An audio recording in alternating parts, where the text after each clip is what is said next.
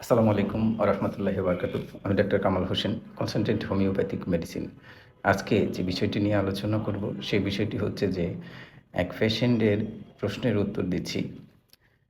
Patient জানতে চেয়েছেন যে, "আমার তো আসলে অন্যদের মতো না। অন্যদের যেমন বাচ্চা হয় না, কনসিভ হয় না। কিন্তু আমার তো কনসিভ হয়। কিন্তু বাচ্চার হার্টবিট আসে না। এরকম হয়েছে অনেকবার। তাহলে কেন হয় এরকম?" আসুন বিস্তারিত আলোচনা করি। এরকম হওয়ার অনেকগুলো কারণ থাকে। যদি আপনার হিমোগ্লোবিনের সমস্যা থাকে, তারপর হচ্ছে যদি আপনার হরমোনাল সমস্যা থাকে, তাহলে যদি আপনার শরীর অত্যন্ত দুর্বল থাকে বা অত্যন্ত হাইপার টেনশন, যেমন উচ্চ মাত্রায় থাইরয়েড, উচ্চ মাত্রায় প্রেশার, তারপরে হচ্ছে যে আপনার সিস্টের সমস্যা, জ্বরে তো অনেক সময় ইনফেকশন হয়, বারবার ইনফেকশন হয়, সেক্ষেত্রেও হতে পারে। অথবা যে আপনার পিসিওএসের সমস্যা আছে, সেক্ষেত্রে হতে পারে।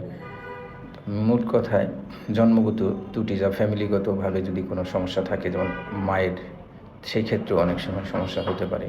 তো এই ধরনের সমস্যা যদি থাকে, অবশ্যই একজন অভিজ্ঞ হোমিওপ্যাথিক ডাক্তার দেখান। হোমিওপ্যাথিক ডাক্তার দেখে ওষুধ খেলে আপনার সমস্যা দ্রুত রিকভারি হবে। হোমিওপ্যাথিতে এই রোগের খুব ভালো চিকিৎসা রয়েছে। যাই হোক, ভালো থাকবেন। আসসালামু আলাইকুম ওয়া রাহমাতুল্লাহি ওয়া বারাকাতুহু।